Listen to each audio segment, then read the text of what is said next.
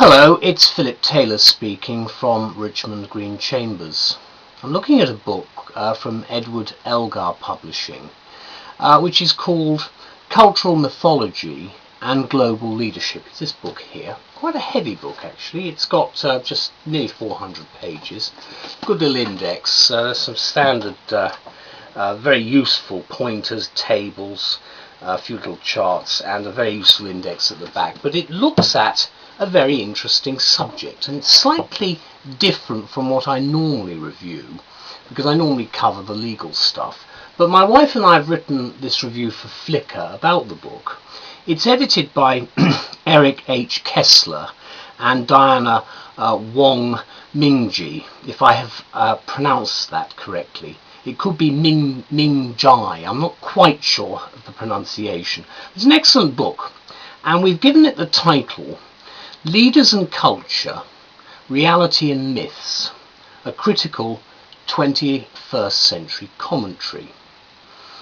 And let me start off by advising you to look at the book, because take the quiz right at the beginning that they've got, or half of it anyway, because there's a nice little quiz to make you think about the issues that this book looks at. It's on the dust jacket actually of the book itself. It's just there, the actual quiz, and it's worth, and of course the answers are at the back. It's rather intriguing and worthy as a quiz, and of course very much reflects what the book is like, because it postulates for the most part that there's a direct link between leadership style and cultural influence, largely led by a society's mythology. And their links are, for instance, with the tables that you've got, the links are linking up King Arthur with a particular country. So, for instance, you've got one King Arthur and then Germany. Well, it's obviously not Germany. But then you link up all the various people with the countries. And, of course, the answers are at the back. And we put the quiz on the internet as well. If you look at the end of our review, obviously you can see the answers, and you should get most of them. I mean, we always have a few lapses of memory, but generally speaking, you can imagine that some of people will be arguing, for instance, whether Prussia would be a slightly more accurate place for Frederick, because Germany wasn't in fact a state until 1870, and that Moses is specific not just to Israel but to the whole Judeo-Christian Islamic world. But as we're not going to let pedantry stand in the way of jolly good fun, even though it could be said that this little exercise does point up the delights and also the limitations of the book, but it's a start and it gets one's attention. This is a multi-authored work in nearly 400 pages, as I've indicated, and it brings together the scholarly endeavours of some 33 academics from an eclectic collection of universities worldwide. Each article, and they're basically all various articles that are written, it's a heavy book, there's no question, both physically heavy and heavy in detail, but lots of articles, as you can see, from all of the invited writers. But each article is written in support of the thesis that the myths that pertain to your culture make you what you are. The subtext here then is that cultural mythology exerts an all-pervasive influence which affects attitudes and behaviour, and therefore leadership and management styles of yesterday and today. An interesting point to think about. So if you're a leader or an aspiring to be a leader, it stands to reason that mythological references on which your culture is based will affect the direction of your decision making, whether you or anybody else actually believes in these myths. They're out there and they're part of you. And obviously, as you know, a myth is meant to be something that's a little bit sort of extenuating, but at the same time it has its basis in fact. And Theodore Paridis explains in his article on Greece that myths narrate a popular view of how practices, events and phenomena unfold.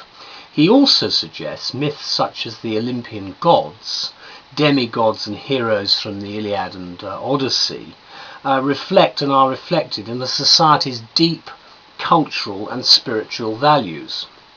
And he goes on to attribute many of the Greek attitudes to leadership to the influence of that country's mythological heritage. Good point, perhaps. The Olympian gods were heroic and horrid, as brutal as they were brave, with a sense of justice that was rather capricious, to say the least.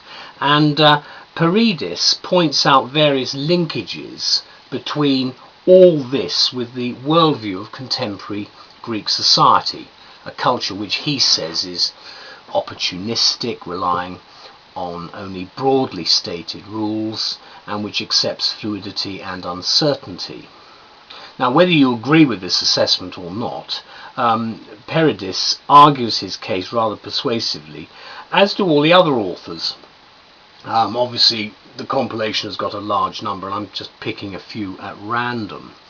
But certainly, it's similar to analyse at least 20 countries from the Americas, Europe, Africa, and the Middle East and Asia and the Pacific Rim along the same lines, each article being structured more or less the same way to give that sort of rigidity which the editor was looking for. The inherent limitation of this approach is the tendency to compartmentalise, which is inevitable. It's not a particularly big book, but an interesting subject. Each country appears to be influenced by a cultural mythology specific to it alone. The Greeks, for example, are not alone out there as inheritors of Hellenic culture.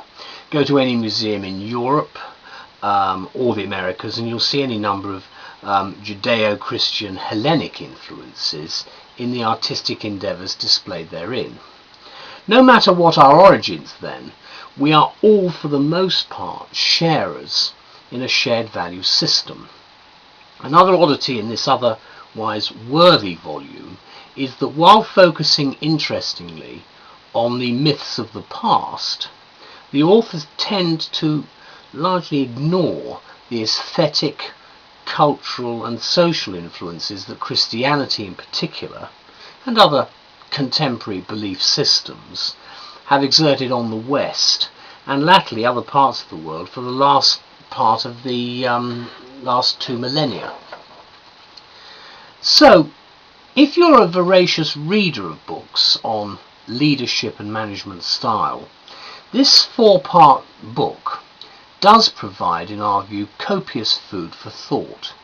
The extensive bibliographies at the end of every article or chapter offer excellent suggestions for your further reading and research, and it's a great series of 21st century critical commentaries. Well worth reading for the novice and for the experienced watcher of history.